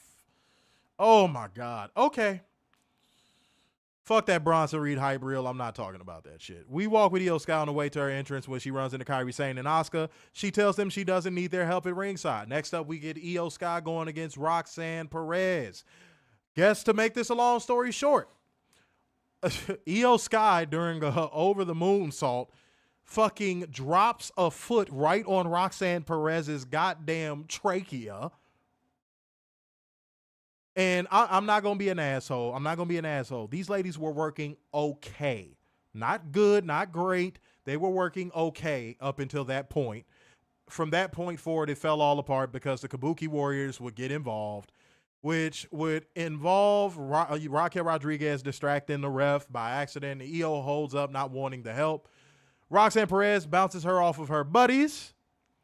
And then Roxanne Perez wins by, bitch, you guessed it, use right, a fruit roll-up. Fuck you. Oh, fuck you, fuck you. Fuck you, fuck you. Fuck, fuck, fuck, fuck, fuck, fuck, fuck, fuck, fuck, fuck, fuck, fuck, fuck, fuck you. Do y'all think this is good? Oh, but it's leading towards tension with Asuka maybe turning heel and Kairi being in between and not knowing what to do and oh, it's gonna be great. They're gonna have all the Japanese girls feud with each other. This is gonna be great. Or Athena Makuku, grah! What the hell? God, no way. Try it. Duke Juice.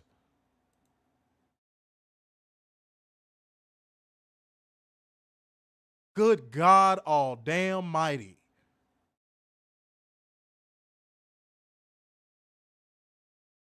Now EO is about to go into the, hey, these are people that are of the same nationality and or race. That must mean you all have to either team together or feud with each other. They're about to send EO into that vortex. EO Sky. Ladies and gentlemen, EO Sky. I'm leaving here with something. Oh, there we go.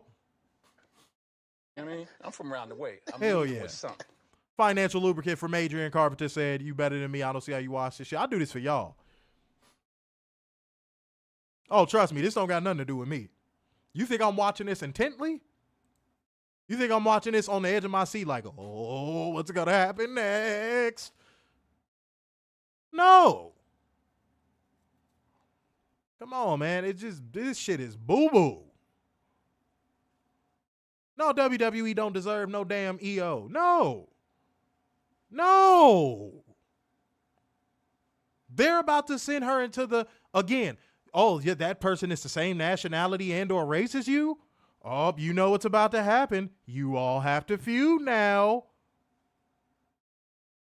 And wait a minute. Where are all of those people that after Evolution were saying, Io Sky's going to get that belt back and she's going to have a long reign and she's going to be so good and they're going to give her the world. Where y'all at? I want to have a talk with y'all. Because that blind faith y'all continue to have in WWE booking is astounding. And that's putting it nicely. Yeah, I want to have a discussion with y'all. Because y'all are the most annoying motherfuckers walking the planet. You blind WWE faith having motherfuckers are the worst. Because y'all infect everybody's feed with this blind optimism that never gets fulfilled. And then it becomes talking points. And then it becomes a trend. And then it gets talked about ad nauseum for a week straight. And then it's a hashtag. And then the cycle repeats once y'all get bored with that one thing. Just like y'all gonna get bored with the Karrion Kross thing because he's not all that great to fucking begin with. It's only a matter of time before y'all get bored with that shit. Anthony, just Anthony, has liked the stream. Thank you, Anthony. Appreciate you. Don't be afraid to comment. I know how y'all move, bro. I know how y'all get down. I know how y'all operate, whatever word y'all want to use.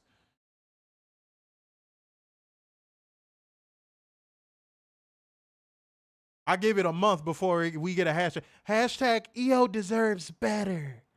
EO deserves better. And then, wait, Catherine, that's a great point. You want to know what I saw all motherfucking day leading up to Raw? Oh, those We Want Cross chants are going to be extremely loud on Raw. Did y'all hear a We Want Cross or a We Want Scarlet chant on Raw tonight? Did y'all hear one? Talk to me. True Seekers, talk to me. Talk to me, True Seekers.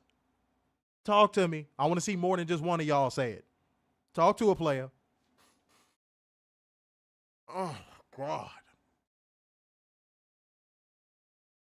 No. You know why? Because deep down inside, they don't even care. They know Karrion Kross is average at best, and the only reason why people cared about him was his entrance and his wife's titties. That's why you didn't hear no damn We Want Cross chants. They're just doing it because it's something to do. And he could be and this is not a personal indictment. I know Scarlett is nice in real life. And Karrion could be a cool dude in real life. But let's keep it a buck. The dude is average at best. He looks generic. He looks like a creator wrestler before you start putting gear on him.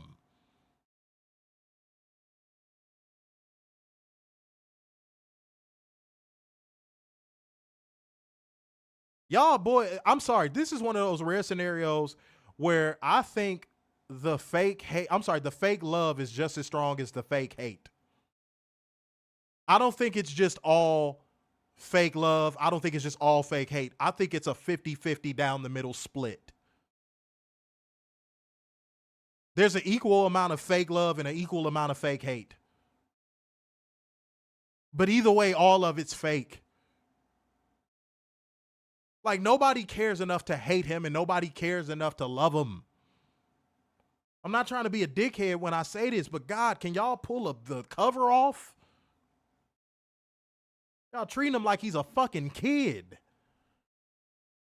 We gonna take an emoji break, y'all. I need fire emojis in the comment section. I'm not doing shit else. I need to see fire emojis in the comment section. Ungoddamn believable. Who is this? Oh, hey, how you doing? I love beautiful women. I can't help it. Sorry, y'all. I got a message. Yeah, fire emojis, man. Run it up, run it up, run it up. Get my chat rate up. Stop playing with me, y'all. You know, I could have just took this week off alone, you know, and just been like, fuck it. But like, nah, man. Straight up. Yeah, that's what I want to see. Fire emojis. Hell yeah. Run them up. Run them up. All right, let's get back into this, man. I want to finish this show. Oh, God. LA Knight and Jey Uso backstage have a catchphrase off. Jey Uso still cuts promos like a cokehead. Long story short. We see Maxxine Dupri and Becky Lynch walking backstage separately to send us to break. Back commercial, EO is bickering with Kyrie and Asuka over costing him. I said him. Good Lord. I made EO a man. All right. But, costing her the match, things get heated in Japanese. And Asuka shoves her and runs off, and Kyrie gives an apologetic shrug before following her. Next up, we got Becky Lynch going against Maxxine Dupri for the WWE Women's Intercontinental Championship. Oh, boy. Becky Lynch won by submission with the disarm her, retaining the IC title. Y'all, just like how we say about the Lyra Valkyria experiment, and Natalia, you know I love you. You're an excellent friend of the show. WWE needs to give up on the Maxxine Dupri experiment. They're still trying to do like the underdog. She works hard at it. She trains really hard gimmick. They're still trying to do that. And dude, what was that, like a year ago? Get over here. 2 years ago? What was that? When she got booed out of the building at that house show. How long ago was that? And what's funny is that just showed up on my feed again not that long ago. How long ago was that, y'all? They're still trying to do this rookie gimmick with her, and nobody's biting it. The only people that do cheer her are the simps that think she fine. And Maxxine Dupri is a beautiful woman. Don't get me wrong. I'd hit it. I ain't gonna hold you. I'd hit it. But what are they trying to do with her? She's actually one of those few women that typically when these goddamn incels run out here and say, oh, that woman should just do OnlyFans. They're only saying that because they horny and they don't get no pussy. I'm not going to say she needs to do OnlyFans. I think Maxxine Dupri could be a published model. I think she should give up on wrestling. Maxxine Dupri can be a published model if she wanted to be. I could see her on a cover of a Sports Illustrated. I can. Wrestling is not for her. She does not have that crowd connection. Now, I'm going to tell you an era she would have thrived in. She would have thrived in the Attitude Era. Because she's built like Stacy Keibler, but better. And between me and you, she has the better looking face. Get over here. Yeah, man, I can't see what they trying to do with her at this point. You tried to do the whole, please have sympathy for her. She's learning. They've tried this over and over and over, and it just doesn't work. No, I don't want to see her as a manager either. Like, you could tell by the audience's reaction to her presence is not wanted in the WWE. It's not. She would be better off being a model. She'd be better off in movies. She is not that girl. When it comes to wrestling, I'm leaving here with something. man. Shouts out to Am. I mean, I'm from around the way. I'm leaving with something. He said, hold on, wait. Am said, dog, that match took the air out of the arena. Yeah, you heard the air leave. And that typically happens during a Becky Lynch match because, dude, Becky Lynch is the epitome of and then the bell rings. And she's been that for a long time now. It's been that way since the back end of her black and gold run. Becky Lynch is like, oh, look at her. Wow, look at her hair. Look at her and her steampunk routine. Wow. And then the bell rings. And you're like, dude, this girl has the athleticism of a camel.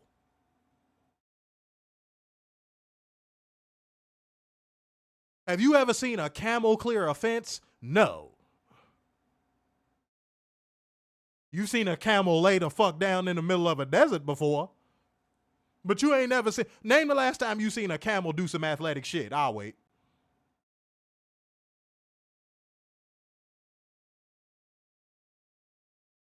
Dude. Like Becky Lynch matches are a chore to get through. Yeah, camel emojis. That's what I'm talking about. Hell yeah. Oh, that Candice LeRae promo on Maxxine, that was, you could go back and watch that review of when that happened. I thought it was very tasteless, and it was just them. It was the beginning of WWE booking for social media. To me, that moment pinpointed one of the first few moments where I was like, WWE is booking for clips. They're booking for social media engagements. Because it seemed so random. You could tell Candice LeRae was uncomfortable cutting the promo, and you could tell Maxxine Dupri mid-promo was like, oh, I regret letting them sign off on this. I regret telling them that I'm comfortable with this just so I could get TV time. You could tell halfway through. Like, Candice LeRae looked uncomfortable. Trust me, if you've dealt with enough women, you could tell what a woman's body language is when they're uncomfortable. She did not want to be out there cutting that promo. And Maxxine was looking like, damn, why did I approve this? Oh, that's right. I want it to be on TV. I'm Maxxine. That shit was mad uncomfortable. And I ain't going to hold you. If they even walked up to me, I swear to God, guys, if I still wrestled, and they walked up to me backstage and they said, hey, we going to have somebody cut a promo about someone that's real close to you that passed tragically. I would have punched them in the face just for even bringing it up. That's not even a joke.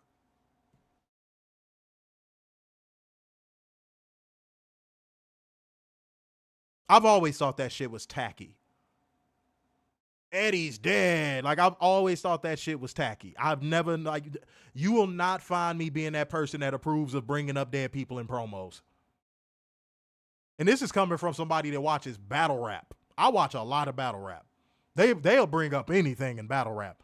But when that happens, typically even a battle rap audience will be like, that was whack.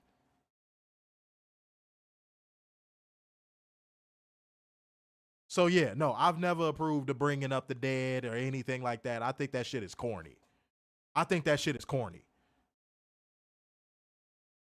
Ambs said it was just something about that match that rubbed me the wrong way. Pause. Yeah, let's pause that. Pause.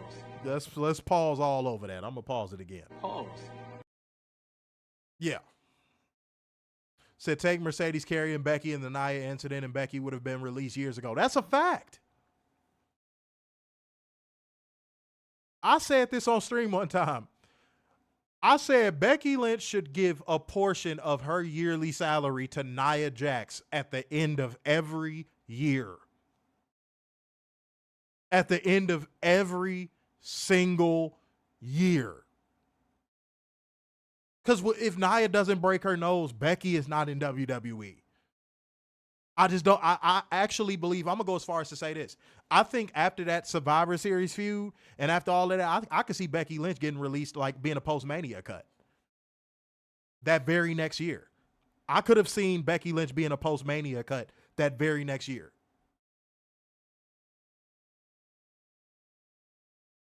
Yeah. So, no, y'all telling the truth in this motherfucker. I ain't going to sit here and pull back. Y'all telling the truth. All right, but post-match Natalya checks on her protege, but Becky Lynch blasts her with a shitty-looking fucking kick before taking a walk. We go backstage with a smiling Seth Rollins and The Vision. Try it.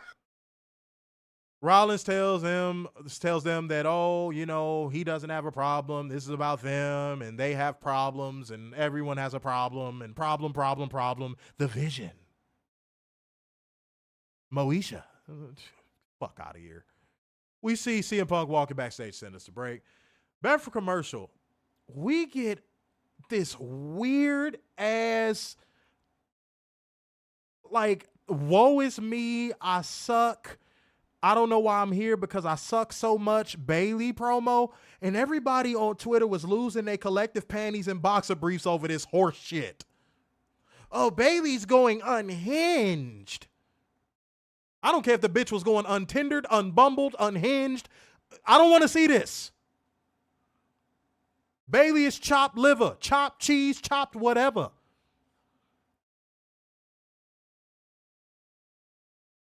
There is no gimmick you could give Bayley that'll make her interesting. Ain't that girl approaching 40? You've tried everything. This applies. Look, I'm going to tell the truth. I'm going to say something that might be unpopular, but I don't care. That applies to all the 4 horsewomen except for Mercedes. That applies to all of the 4 horsewomen except for Mercedes.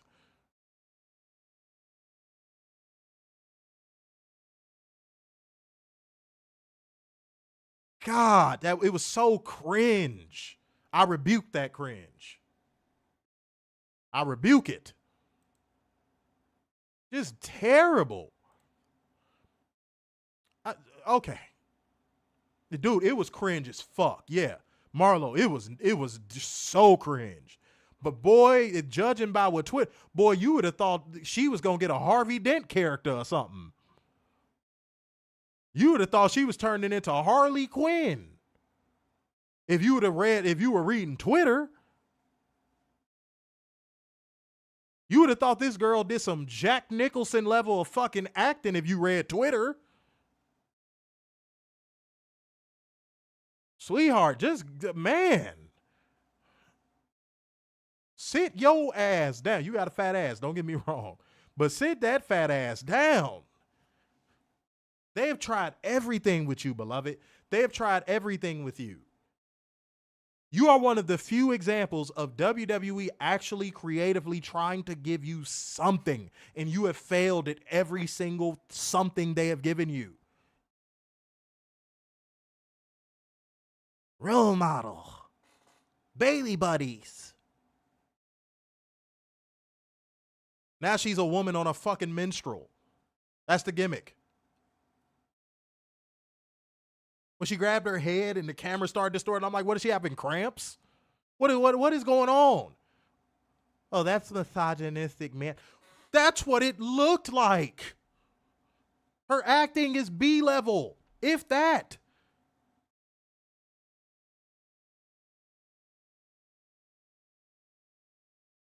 Come on, man. All right. And then just when you thought they couldn't get any worse, they said, let's put Lyra Valkyria on your television screen. Shit. Try it. God damn it. Bruh. And she disavows any responsibility for why Bayley is feeling the way she's feeling. Then Stephanie Vaquer runs into Io Sky backstage and reminds her she's not the only one owed a title match. Okay. Aren't you getting yours at Clash at Paris? I don't think Naomi's going to be out that long.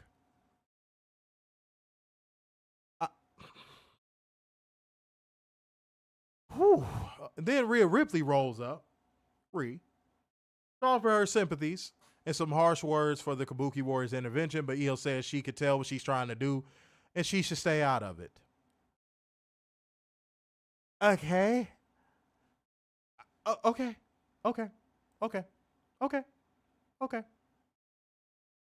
If Bayley had no thickness, Bayley would have no career.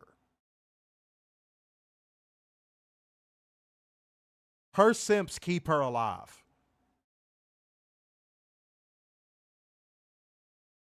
Yeah, you hit the nail on the head, Marlo. Clusterfuck after clusterfuck after clusterfuck after clusterfuck after 7, which means it's 7:05 of clusterfuck.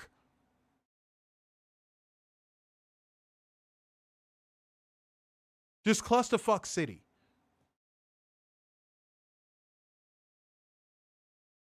Mandela Bear said Bailey's going to aid. I'm good, bro. I'm good. I'm good. I'm okay. I'm okay. Yeah, Bailey has a fucking menopause gimmick. Bailey has a fucking menopause gimmick. Ooh, she's going to be unhinged.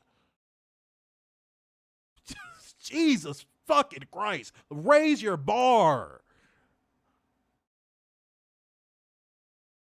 Raise your fucking bar. Oh. And I'm not going to name the names. I'm not going to name the names. I'm going to be classy. I'm not going to be messy tonight. Even though I'm ready to be petty. I'm ready to be petty today. Hallelujah. I'm going to keep it classy. Here's what happens when you're holding out for that WWE dream, right? In the past 5 or 6 months, I've seen 3 women's wrestlers that were mainstays on the women's wrestling independent scene step away from professional wrestling. And you want to know the likely reason why? Because they weren't able to fall asleep and have that WWE dream. Dream. Give me a fucking knife. I've seen about 3 or 4 women's wrestlers on the independent scene retire. And they try to say, oh, it's because, it's my mental health. I'm moving on to other things. It's my mental health. No, because if WWE picked up the phone and called you for Evolve or NXT, guess what? Even to be an extra, guess what you going to go run into? So where are all the people that laughed at this show when we said that WWE dream is going to end careers? And speaking of careers, Adriana Rizzo down there in NXT, another ACL that is a victim to the PC, and she tore her meniscus too, which means her recovery is going to take even longer. She gonna be out for like a year and some change. Again. The WWE PC takes another ACL as its victim. When are we going to admit the WWE way and the WWE system and the WWE, farm system is a failure? When are we going to admit it? And by the way, 5-star, thank you for bringing that up. It is, True Seeker Appreciation Week, so I'm trying to read as many comments as I can. The WWE ID is a program is a fail. And you want to know how I know it's a fail? They finally crowned their ID champions, and no one gave a fuck. We knew the program was going to fail. We knew what the intentions were of that program. I will always recommend anyone that is new to our channel, go watch our WWE ID stream where all we did was talk about you could go into the search bar, WWE ID Covalent TV. It should pop right up. And somebody search it right now and tell me if it does.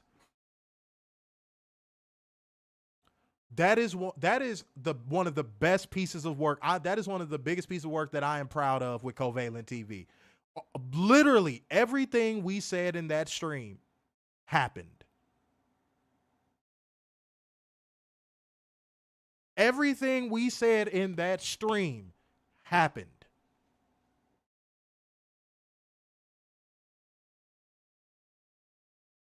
You can't make this shit up. Now the program is losing steam, and I give it, 6 months to a year before they announced that they're doing away with the program. Budget cuts. They're doing away with the program. And at least this time that would mean Kylie Ray got fired instead of quitting on something. Oops. I've told you I was ready to be petty. I'm ready to be petty today. Hallelujah! Yeah, man, that PC is claiming all types of ligaments. Yeah, we said we do. Not only did we say, see, Catherine, this is why I encourage people to watch the stream. We didn't just say it was going to fail. We broke down how it was going to fail. And every which way we said it was going to fail, it is currently failing. And we said all it is going to take is for the independents to hold the line and say, fuck off. Now, we did admit, we said on that stream, there were going to be some indies and some wrestling schools that were going to sell their shop to WWE just to be WWE ID'd and all that stuff. We did say that. We knew that was going to happen. But for the most part, these independents are like, man, keep that shit over there. We're not finna book nobody at a premium just because they're ID'd. No, we're not going to put our independent fucking territories belt on this person when y'all could hit them up and snatch them off of our fucking promotion at any time. So a lot of independent promoters ain't touching them ID talents. They had to put out a tweet saying, hey, they still take their own bookings, guys, so you could still hire them for matches. And even then, the independent promoters was like, No.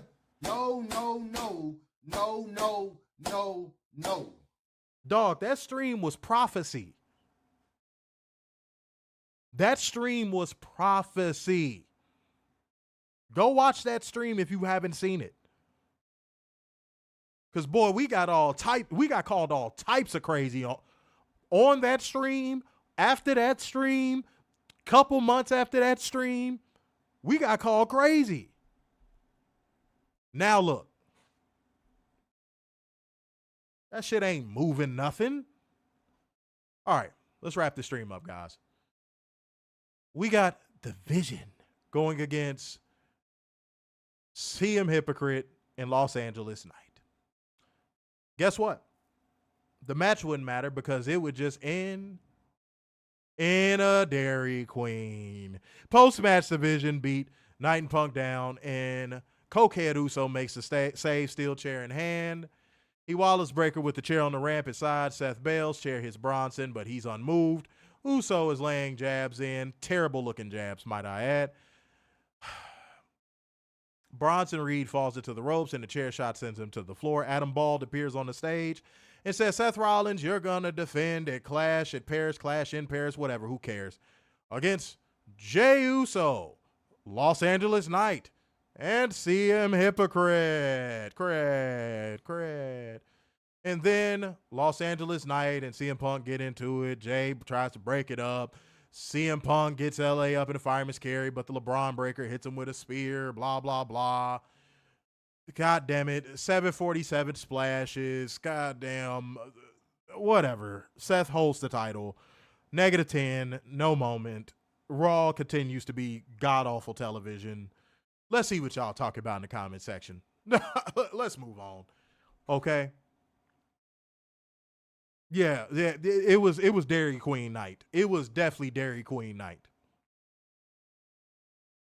Said the ID episode was P Covalent TV. Man, dude, it was crazy. Is streams like that are going to become even more frequent in this new chapter of Covalent TV, because I feel like the education shouldn't just stop at these reviews. So just be on the lookout.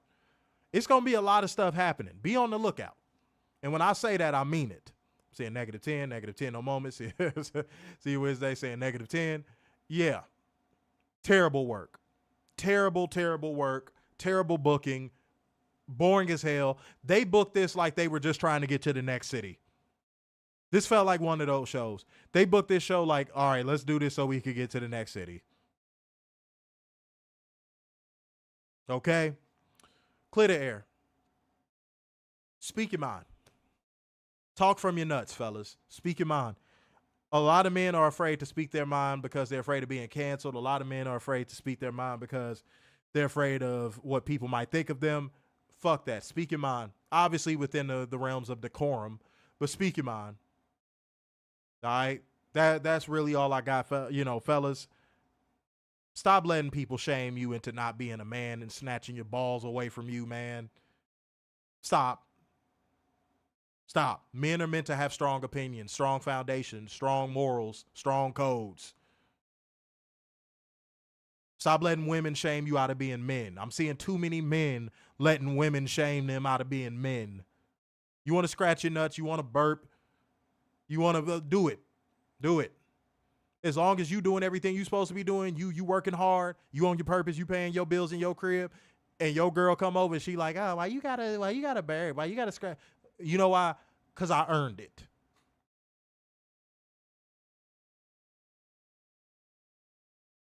You know what I'm saying? But yeah, I'm tired of seeing a lot of suppressed men out here. They just said, like, they left the thing with Naomi, Eric. They left the thing with Naomi very ambiguous because I don't even think they know how long she's going to be out just yet. Which tells me it's probably like a knee injury or something. I could be wrong on that. That's just speculation. But I don't think they know how long she's going to be out yet.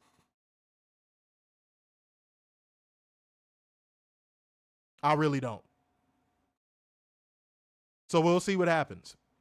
But y'all going to be rocking with your boy, Mr. Starks, all week, man, because like I said, Werner got to get his shit together. So y'all going to be seeing him next week. Okay? He will be back next week. But until then, you know what I'm saying? I got to get up out of here, man. So therefore, going once, going twice. And so to the man with the braids in his hair. So signing off yet again. It is the epitome of black excellence. The king of dimes, or just your boy, Mr. Starks. It's time for me to get up out of here, y'all. Peace out. See y'all Wednesday.